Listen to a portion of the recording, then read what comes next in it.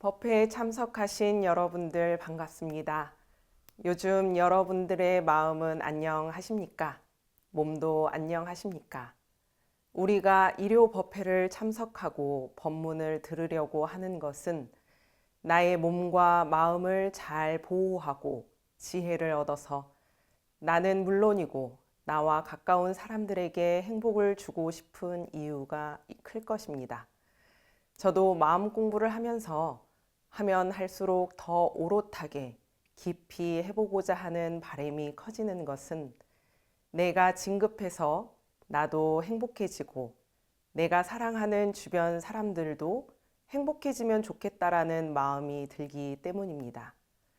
저는 나와 내 주변이 행복해질 수 있는 방법 중에 하나가 대종사님께서 밝혀주신 일상수행의 요법 5조라고 생각합니다.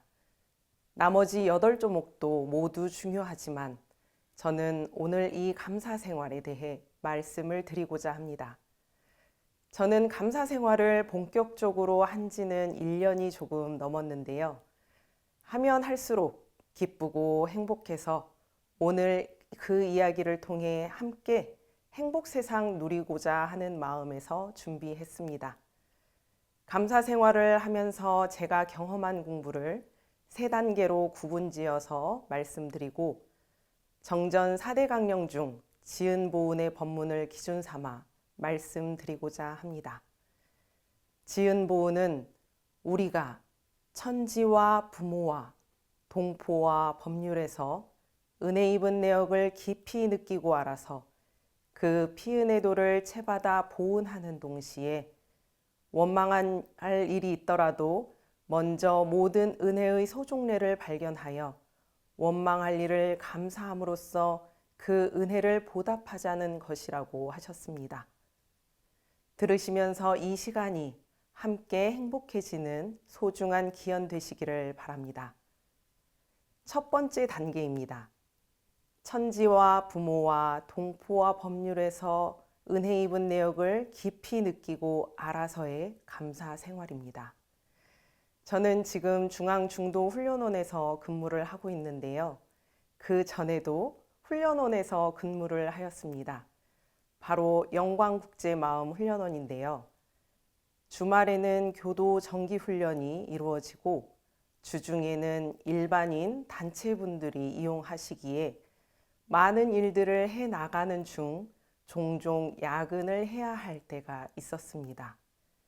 그래서 피로감이 많이 몰려왔고 특히 일반인들을 대상으로 명상 프로그램을 운영할 때에는 명상 지도자로서 컨디션 관리도 중요한 부분이라 피곤한 마음과 미루고 싶은 마음, 쉬고 싶은 마음들과 또 맡은 일을 잘 해내야 한다는 생각들과 그 괴리감이 점점 커질 때가 있었습니다. 그때 제 눈에 띄기 시작한 교무님이 한 분 계셨습니다. 그 교무님은 저희들을 만날 때나 교도님들을 만날 때나 또 일반인들을 만날 때나 언제 어디서나 환한 미소로 최상의 컨디션을 유지하시며 버거운 스케줄이어도 행복해 보이는 모습에 저는 의문이 걸렸습니다. 저 교무님은 어떻게 저렇게 미소를 지을 수 있지? 저분은 뭐가 그리 기쁘고 행복하실까? 라는 의문이 들어서 그 분을 자세히 관찰하기 시작했고 마침내 그 비법을 알아냈습니다.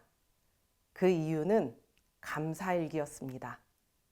그분은 경계를 대할 때마다 일기를 쓰셨는데 감사일기를 적기 시작하고 많은 행복을 느낄 수 있었다는 말을 듣고 그 순간 나도 저거 한번 해봐야 되겠다 라고 생각이 들어서 3년을 목표로 하고 지금 1년이 넘도록 하루도 빠지지 않고 쓰고 있습니다. 제가 쓰기 시작한 이 감사일기는 엄청나게 장황하고 대단한 일기가 아니라 한 건당 노트 한두 줄 정도 쓰는 것인데요. 하루에 3조목을 찾아보기로 했는데 생각보다 어려웠습니다. 대종사님 법을 공부한다는 내가 이렇게 감사 일기가 어려워도 되나 싶을 만큼 저에게는 초반에 이 감사 일기가 대단히 어려웠습니다. 그러다 더 이상 이러면 안 되겠다 싶은 생각이 들어서 감사 일기를 쓰기 위해 감사거리들을 찾아다니기 시작했습니다. 그러다 어느 날 문득 이런 생각이 들었습니다. 내가 손이 있어서 이렇게 감사일기를 쓸 수 있네? 내가 눈이 있어서 이렇게 많은 것들을 바라볼 수가 있네. 또 내가 이렇게 건강하니까 화도 냈다가 공부도 했다가 보온도 할 수 있네? 라는 생각들이 들면서 스스로 내 몸에 대해 깊은 감사심이 마음 가득히 차오르는 순간도 있었습니다. 그러고는 자연스럽게 감사한 마음을 담아 이렇게 두 손을 모으고 심고를 올리더라고요. 내용은 이렇습니다. 사은님, 감사합니다. 감사합니다. 그러다 또 어느 날은 공기가 있어서 이렇게 내가 자유롭게 숨을 쉴 수 있구나. 이렇게 단단한 땅이 있어 내가 어디든지 걷고 움직일 수가 있구나.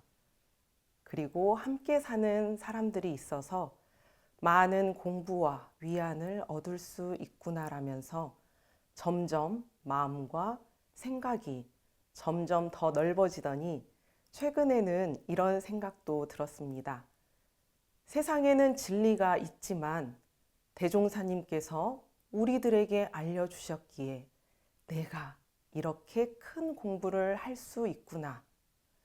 이런 생각이 드니 제 마음이 교단과 스승님들에게까지 사무친 감사함을 느낄 수 있었습니다. 그러면서 지난날의 나에게 이런 생각이 들었습니다. 어느 것 하나 감사하지 않은 것이 없는데 나는 지금까지 무언가를 내가 얻어야지만, 소유해야지만, 현실적으로 물건이 있어야만, 또는 도움을 받아야지만 감사라고 생각했구나. 그러면서 많은 반성이 되어졌습니다. 그렇게 감각이 생기고 나니 하루에 3개의 감사일기가 어렵지 않게 쓰여지기 시작했습니다. 전 이런 생각이 들었지요. 나 진짜 감사 생활 잘하고 있구나. 잘하고 있구나. 두 번째 단계입니다. 원망할 일이 있더라도 먼저 모든 은혜의 소종례를 발견하는 감사 생활입니다. 교도님들도 공부를 할 때 언제가 제일 힘드십니까? 내가 마음이 편하면 공부가 술술술 잘 되는데 마음이 불편할 때 공부가 잘 안 되잖아요. 마음이 안 편할 때라 하면 바로 화가 나거나 서운하거나 미움이 일어날 때인 것 같습니다. 저도 제 컨디션이 좋지 않을 때, 마음이 불편할 때, 그때 이 감사 공부가 길이 막막해지는 경우가 있었습니다. 한 번은 다른 지역 시청 담당자와 협업으로 행사를 진행할 경우가 생겼습니다. 그런데 시작부터 뭔가 불편하고 소통이 안 된다는 느낌이 들었어요. 숙소에서는 음식물 반입이 안 되는데 방에서 쓸 식기와 쟁반을 달라고 한다든지 9시 반까지만 공용 구역을 쓸 수 있다고 처음부터 안내를 드렸음에도 10시가 넘게 영화를 시청한다든지 이런 일이 있었습니다. 그 일을 마무리하고 습관처럼 책상에 앉아 감사일기장을 폈습니다. 그런데 그 담당자와의 일이 머릿속에서 떠나지 않아 한참을 일기장 앞에만 앉아 있었습니다. 마음이 요란하니 감사거리가 생각이 나지 않더라고요. 다시 정신을 차리고 일기 써야지. 감사거리가 뭐가 있더라 하면서 하루를 곰곰이 되짚어 보면서 감사거리를 찾아서 한 조목, 한 조목, 한 조목 세 가지를 적고 나서 저는 깜짝 놀랐습니다. 왜냐하면 하루 종일 제 머리와 가슴 속에 있었던 그 시청 담당자와의 일, 감정들이 없어진 걸 알았거든요. 아, 이게 마음을 놓는 거구나 라고 생각을 했습니다. 대종사님께서 부촉품 1장에 무슨 일이나 그 일을 지어나갈 때에는 천만년이라도 그곳을 옮기지 못할 것 같으나 한번 마음을 놓기로 하면 일시에 허공과 같이 흔적이 없나니라고 하신 말씀이 평소에 저에게는 잘 이해가 가지 않는 법문이었습니다. 형상 없는 마음을 어떻게 잡을 것이며 형상 없는 마음을 어떻게 놓는다는 건지 머리로는 도저히 상상이 되지 않았기 때문입니다. 사실 지금까지 경계를 당해서 힘이 들면 그 마음을 놓아버리라는 법문들을 수도 없이 들어봤지만 느낌을 확실하게 받은 때는 그때가 처음인 것 같습니다. 그리고 이렇게 마음을 놓는 것이구나 라고 이해를 하게 되었습니다. 대종사님께서는 또 원망 생활을 감사 생활로 돌리자고 하셨습니다. 위와 같이 제가 공부를 하다 보니 저는 그동안 원망심을 감사심으로 바꾸려고 노력했던 걸 알게 되었습니다. 원망이 일어나는 마음은 제 노력으로는 바꾸기 어려운 일입니다.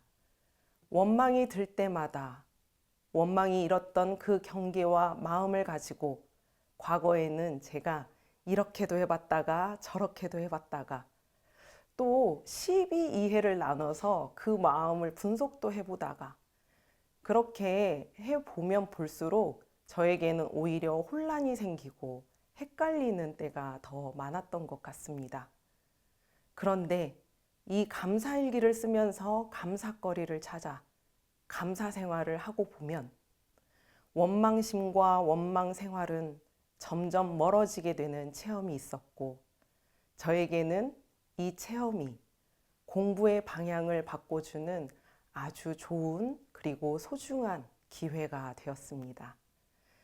원망심을 가지고 이러고 저러고 하는 것이 아니라 그 원망심에 끌려가는 나의 생각을 딱 끊고 주의를 감사로 돌려서 집중하기만 하면 그 원망심을 힘을 잃고 감사하는 마음이 커져서 감사 생활을 할 수 있게 되는 경험을 할 수 있게 되었습니다. 그런데 원망심이 마구마구 일어나는데 원망하는 생각이 자꾸자꾸 일어나는데 어떻게 딱 끊고 내려둘 수 있을까요? 일어나는 마음은 그대로 인정하되 그 생각으로 인해 원망 생활까지 가지 않으면 됩니다. 원망하는 생각을 어떻게 안 나게 하나요? 선택권. 이 선택권이 나에게 있음을 잊지 않으면 됩니다. 요란한 마음을 선택해서 원망 생활을 할지, 행복한 마음을 선택해서 감사한 생활을 할지, 그 순간, 그 경계를 대하는 그 순간 선택하는 몫이 나에게 있음을 잊지 않으면 됩니다. 어떤 사람을 대하면서, 어떤 일을 대하면서 마음이 요란해지고 원망심이 들 때 그렇구나, 내가 많이 힘들구나, 불편하구나 라고 인정을 하고 더 원망심을 내지 않고 먼저 다른 감사한 일과 행복함을 느끼는 일들을 해 나가다 보면 어느새 움푹 침푹했던 내 마음들이 잔잔해지는 것을 느낄 수 있을 겁니다. 경계를 만나 요란해진 마음을 잠시 놓아두면 내 마음이 원래대로 회복이 되면서 일의 해결점이 보이기도 하고 또는 일이 자연스럽게 해결되는 경험도 할 수 있었습니다. 세상에는 많은 원망과 감사거리들이 있습니다. 그 중에 여러분은 어떠한 것을 선택하시겠습니까? 아마 원망을 택하고 싶은 사람은 없을 겁니다. 내가 원하는 대로 감사를 발견하고 집중하며 행복하게 사는 것이 내 마음을 내 마음대로 쓸 수 있는 용심법을 터득하는 길이라 생각이 됩니다. 저는 감사일기를 통해 감사 생활을 배웠고 마음 쓰는 원리를 조금씩 이해하게 되었습니다. 경계를 당하여 요란해지면 내가 옳다는 생각, 내가 드러나고자 하는 마음, 상대를 무시하는 마음, 이런 여러 마음들이 올라옴을 느낍니다. 그러면 마음은 조급해지고 사나워지고 무거워지고 몸에는 열이 나고 생각에는 여유가 없어집니다. 하지만 그때에 그 마음에 집중하지 않고 그 마음을 선택하지 않고 내려놓아 봅니다. 그러면서 다른 일을 해봅니다. 그러고는 그 일들에서 감사함을 찾아 집중해 봅니다. 그렇게 조금씩 요란하고 원망스러운 감정에서 멀어지다 보면 마음에 여유가 생겨 상대를 이해할 수도 있고 나의 언행도 돌아볼 수 있게 됩니다. 그러면 나의 마음이 긍정적으로 살아나는 느낌이 드는데요. 그런 느낌을 저는 이렇게 표현해 보고 싶습니다. 이것이 행복이구나.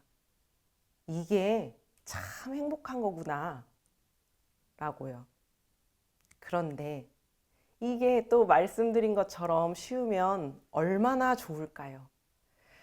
저는 감사일기를 하루도 빠지지 않고 써내려간 6개월쯤이 되어 갈 때 조금씩 감이 잡히는 걸 알게 되었습니다. 다만 이러한 공부를 할 때에 혼자서는 어려움이 있을 수 있습니다. 그럴 때마다 저에게 큰 도움이 되었던 부분이 하나가 있는데 3번째 단계에서 소개해 드리겠습니다. 3번째 단계입니다. 원망할 일을 감사하는 감사 생활입니다. 이 부분은 제목만 들어도 조금 버거운데요. 자력으로 하기에는 어려움이 있어서 꼭 타력이 필요한 것 같습니다. 그래서 팁을 하나 드리고자 합니다. 팁은 바로 문답 감정입니다. 법의 문답이라는 격식을 갖추어서 진행하는 부분도 있으나 생활 속에서 공부를 하다가 막히는 부분이나 취사가 잘 되었는지 안 되었는지 지도인이나 스승, 도반에게 감정을 받는 것을 문답 감정이라고 합니다. 그래서 대종사님께서도 정전, 정기훈련과 상시훈련, 상시훈련법 중 교당 내왕시 주의사항 1조에 상시응용 주의사항으로 공부하는 중 어느 때든지 교당에 오고 보면 그 지낸 일을 일일이 문답하는 데 주의할 것이라고 말씀해 주셨습니다. 그런데 우리가 점점 이 문답 감정이 힘들고 부담스럽다고 생각되어지는 것은 내가 실수를 하고 잘못하는 부분들을 남에게 드러내는 것이 부끄럽다고 생각하는 치심 때문이리라 짐작해 봅니다. 공부를 하는 중에 있는 우리는 실수도 하고 잘못하는 것이 당연한 일이라고 저는 생각합니다. 당연한 일을 당연한 일로 여기는 것도 대단히 마음의 실력이 있어야 할 수 있는 일이지만 한번 그렇게 생각하면 사실 딱히 어려운 일도 아닙니다. 저는 업무를 하다가도 잘 풀리지 않으면 함께 근무하는 원장님이나 모 교무님을 찾아가서 이야기를 합니다. 이야기를 할 때 제가 스스로 제일 중요하게 생각하는 것은 있는 그대로 상황과 시간 순서대로 그리듯이 이야기하는 것입니다. 이야기를 하다 보면 말을 하면서도 스스로 놓친 부분을 알게 될 때가 있고요. 또 내가 생각하지 못했던 묘방을 상대에게 들을 때도 있습니다. 또한 내 의견과 다른 방향의 말을 듣게 되면 때로는 자존심도 상할 때가 있지만 가만히 생각을 해보면 나만의 고집이었는지 어떤 것이 더 공익을 그리고 정의에 부합한 취사였는지 배우는 좋은 기회가 되기도 했습니다. 그리고 제가 제일 좋아하는 효과는 나의 가치관과 의도를 공유해서 서로 간에 오해가 생길 일이 발생하더라도 나를 믿어주고 응원해주고 이해해주는 심사시무가 있다는 든든함이 항상 있다는 것입니다. 생활 속에서 실제로 나를 제일 잘 알고 함께하는 버부, 시무가 있어야 나의 공부에 실질적으로 도움이 됩니다. 함께 나아갈 수 있습니다. 교당의 교무님께서 그런 역할을 해주실 수도 있고 함께 수행하는 도반이 될 수도 있으니 나의 생각과 울 안에서만 공부하는 것이 아닌 문답 감정을 받으며 생각을 키우고 깊어지게 해봅시다. 공부를 하면 할수록 나 혼자서 할 수 있는 수준은 한계가 있다고 느껴집니다. 한 인간이 경험하고 인식할 수 있는 부분은 유한하기 때문입니다. 지금의 나의 공부 수준보다 더 진급하기 위해서는 스승님께, 지도인에게, 함께 공부하고 있는 도반에게 문답과 감정을 통해 내가 가지고 있는 분별심과 주착심을 알아차리고 어색하지만 나의 습관과 생각의 굴레에서 벗어나 보는 용기를 얻는 것이 문답 감정의 핵심인 것 같습니다.